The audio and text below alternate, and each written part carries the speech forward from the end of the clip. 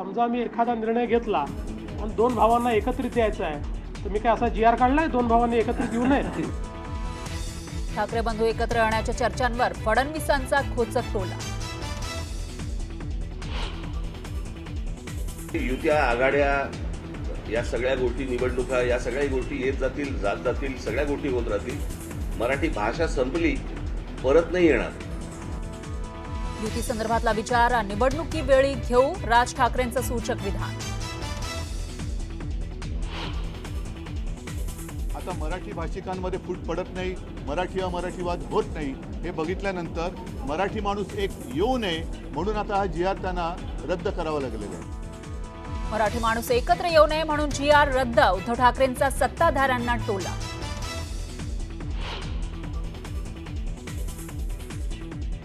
ठाकरे बंधूंचा सुरात सूर, 5 जुलैला एकाच मंचावर येणार उद्धव आणि राज ठाकरे. त्रिभाषा सक्तीचा GR मागे घेतल्यानंतर विजयोत्सवात सहभागी होणार ठाकरे बंधू.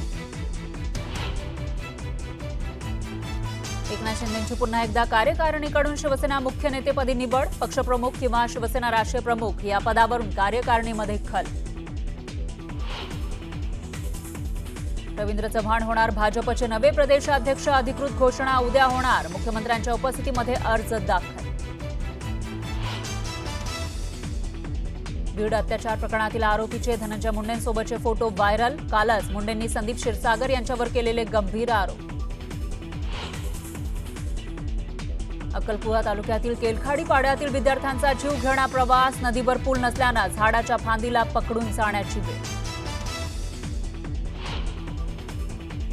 गणेश मूर्ती विसर्जनाबाबत नव्या धोरणासाठी हालचाली. हायकोर्टाची सरकारला 3 आठवड्यांची मुदत. 23 जुलैला होणार पुढील सुनावणी. आणि संत ज्ञानेश्वर महाराजांच्या पालखीचं आज सोलापूर जिल्ह्यात आगमन. रांगोळी काढत वारकऱ्यांचं स्वागत, तर पालखीचा मुक्काम आज नातेपुतेमध्ये.